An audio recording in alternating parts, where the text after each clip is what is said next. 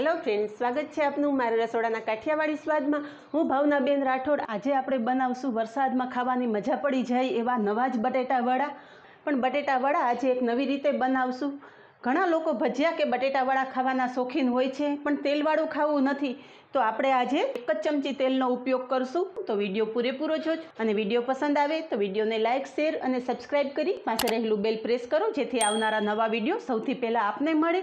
અને આજે બટેટા વડા બનાવશું અને સાથે બટેટા વડા ખાવા માટે એકદમ ચટપટી અને સ્વાદિષ્ટ ચટણી પણ બનાવશું। તો ચાલો જોઈ લઈએ મેં આજે કઈ રીતે બટેટા વડા બનાવ્યા છે। બટેટા વડા બનાવવા માટે અહીંયા મેં 4 મીડિયમ સાઇઝના બટેટા બાફી અને છાલ ઉતારીને તૈયાર રાખેલા છે। હવે મસાલો આપણે ગેસ ઉપર બનાવશું। તો મસાલો બનાવવા માટે કડાઈમાં 1 ચમચી જેટલું તેલ ગરમ કરવા મૂકશું। તેલ ગરમ થતાં ચપટી જીરું નાખશું। જીરું સરસ કકડી ગયું છે તો બારીક સમારેલું 1 લીલું મરચું નાખી દઈશું। સાથે 1 ટુકડો આદુનો છીણીને રાખેલો છે, આદું નાખી દઈશું। અને 8 થી 10 મીઠા લીમડાના પાન એકદમ બારીક ચોપ કરીને લીધેલા છે, મીઠા લીમડાના પાન પણ નાખી દઈશું। બધું તેલમાં સારી રીતે સાંતળી લેશું। અત્યારે ગેસની ફ્લેમ ધીમી જ રાખવાની છે।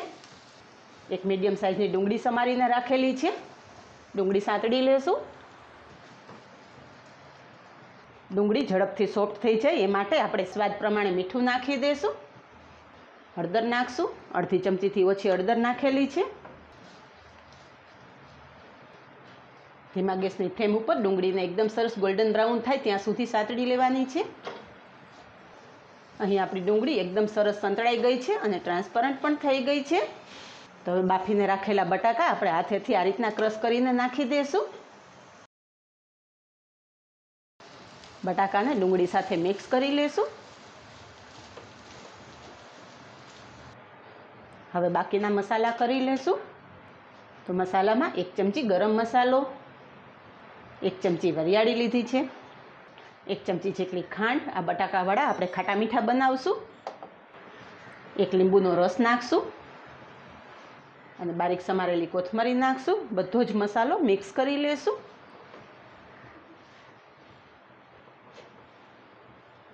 ઘણા વ્યુઅર્સની કમેન્ટ છે કે બટેટા વડા બનાવી લીધા પછી તરત જ પોચા પડી જાય છે, તો એના માટેની ખાસ ટિપ્સ, બટેટા વડાના મસાલામાં 2 ચમચી જેટલા પૌવા મિક્સ કરી દેવાના। પૌવા બટેટામાં રહેલું એક્સ્ટ્રા પાણી શોષી લેશે, પરિણામે તમારા બટેટા વડા 2 થી 3 કલાક સુધી પોચા નહીં પડે।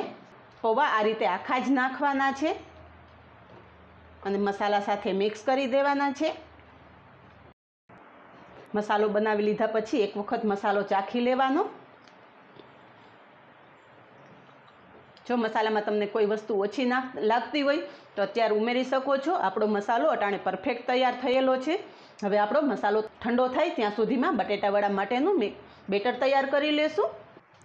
તો બેટર બનાવવા માટે અહીંયા મેં 1 કપ ચણાનો લોટ ચાળીને લીધો છે। ચણાનો લોટ હંમેશા ઉપયોગ કરતાં પહેલાં ચાળી જ લેવાનો।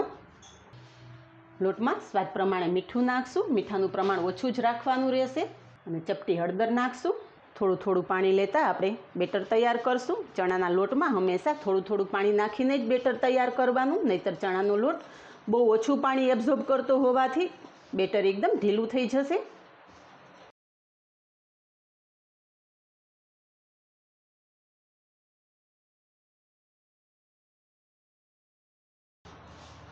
તો બટેટા વડાનું પરફેક્ટ બેટર તૈયાર થઈ ગયું છે। આટલું બેટર બનાવવામાં મારે અડધા કપથી ઓછા પાણીની જરૂર પડેલી।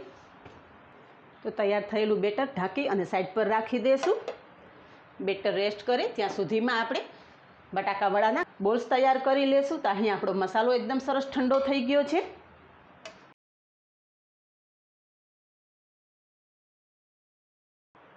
તો તમારે કેવડા બટાકા વડા બનાવવા છે એ પ્રમાણે તમારે બોલ્સ તૈયાર કરવાના રહેશે। અત્યારે આપણે મીડિયમ સાઇઝના બોલ્સ તૈયાર કરી લેશું। આ રીતે બધા જ બોલ્સ તૈયાર કરી લઉં છું। બટાકા વડા માટેના બધા બોલ્સ તૈયાર છે। આટલા મસાલામાંથી આપણે 12 બોલ્સ તૈયાર થયેલા છે। બટેટા વડાનું બેટર રેસ્ટ કરે ત્યાં સુધીમાં બટેટા વડા સાથે ખાવા માટે એકદમ સ્વાદિષ્ટ અને ચટપટી ચટણી તૈયાર કરી લઈએ। જેના માટે એક મિક્સર જારમાં આપણે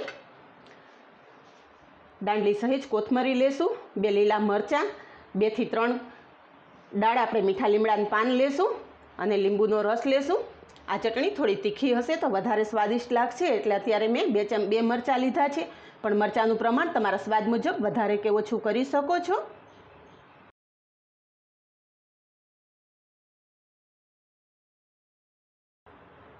મીઠા લીમડાના પાન પણ આ રીતે ડાળીથી અલગ કરી અને નાખી દઈશું.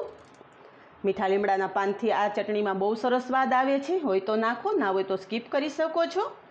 લીંબુનો રસ નાખી દઈશું. સ્વાદ પ્રમાણે મીઠું નાખશું. અડધી ચમચી જીરું અને 1 ચમચી ખાંડ નાખું છું. ખાંડ પણ જો તમને પસંદ ના હોય તો સ્કીપ કરી શકો છો. ચટણી પીસી લેશું. અહીં આપણી ચટણી એકદમ સરસ પીસાઈ ગઈ છે. ચટણી પીસવા ટાઈમે મેં 2 ચમચી જેટલું પાણી નાખેલું અને સાથે 1 ચમચી જેટલા શિંગદાણા પણ નાખેલા. પીસેલી ચટણી એક બાઉલમાં કાઢી લેશું. અને આપણું બેટર પણ રેસ્ટ કરીને તૈયાર થઈ ગયું છે. તો બેટરમાં ચપટી 1 જેટલા જ આપણે કુકિંગ સોડા નાખશું. વધારે કુકિંગ સોડા નથી નાખવાના, નહીંતર બટેટા વડા લાલ થઈ જશે. અને 1 ચમચી જેટલું તેલ નાખશું. તેલ અને સોડા બેટર સાથે સારી રીતે મિક્સ કરી લેશું. તો અહીંયા તમે જોઈ શકો છો કે કુકિંગ સોડા મિક્સ કર્યા પછી આપણું બેટર એકદમ સરસ ફ્લફી થઈ ગયું છે. અને આ બટેટા વડાનું બેટર આપણે આ રીતના તૈયાર થવું જોઈએ. ચમચીમાં લેતા તમે જોઈ શકો છો કે એકદમ સ્પ્રેડ થાય છે. હવે આગળની પ્રોસેસ ગેસ પર કરશું. તો આજે બટેટા વડા આપણે આપમ પાત્રમાં બનાવશું, જેમાં આપણે બિલકુલ ઓછા તેલની જરૂર પડશે. અહીંયા મેં 1 ચમચી જેટલું તેલ લીધું છે, તો થોડું થોડું તેલ નાખી દેશું.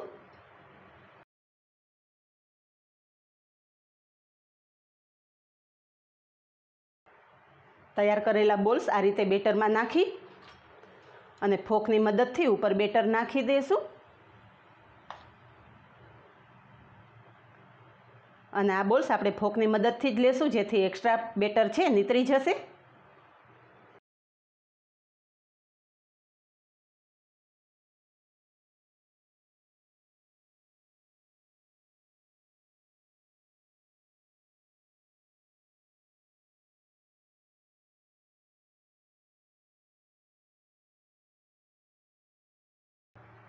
આ રીતે બધા બટેકા વડા આપણે અપમ પાત્રમાં મૂકી દઈશું. તો તૈયાર કરેલા બધા જ બોલ્સ આપણે બેટરમાં ડીપ કરીને અપમ પાત્રમાં રાખી દીધા છે. 2 થી 3 મિનિટ ઢાંકણ ઢાંકી દેશું અને ગેસની ફ્લેમ એકદમ ધીમી જ રાખશું. થોડી વાર પછી જોઈ લઈએ, ઉપરનું પર ડ્રાય થઈ ગયું છે. તો વડા ઉપર થોડું થોડું તેલ નાખી દેશું, જેથી વડા બીજી બાજુ પણ એકદમ સરસ ફ્રાય થઈ જાય. વડા પલટાવી લેશું.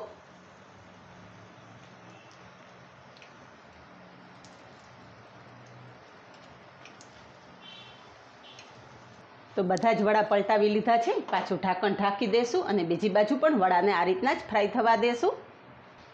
અહીંયા થોડી વારમાં જ તમે જોઈ શકો છો કે આપણા બટેટા વડા બંને બાજુ એકદમ સરસ ગોલ્ડન બ્રાઉન થઈ ગયા છે. તો તૈયાર થયેલા બટેટા વડા એક પ્લેટમાં કાઢી લેશું. ગેસની ફ્લેમ બંધ કરી દેશું.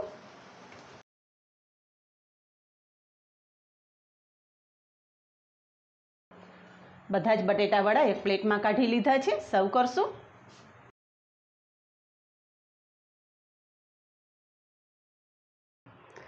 તો તૈયાર છે નવા જ પ્રકારના બટેટા વડા તમને કટ કરીને બતાવી દઉં છું. તો એકદમ સ્વાદિષ્ટ અને ચટપટા એવા બટેટા વડા તૈયાર છે, જેને આપણે તૈયાર કરેલી ગ્રીન ચટણી અને ટોમેટો સોસ સાથે સર્વ કરેલા છે. આ જ રીતે બનાવો અને કમેન્ટમાં જણાવો કે આપને નવી રીતે બનેલા બટેટા વડાની રેસીપી કેવી લાગી. આજે બસ આટલું જ. મળીએ નેક્સ્ટ વિડીયોમાં. ત્યાં સુધી બાય. Thank you.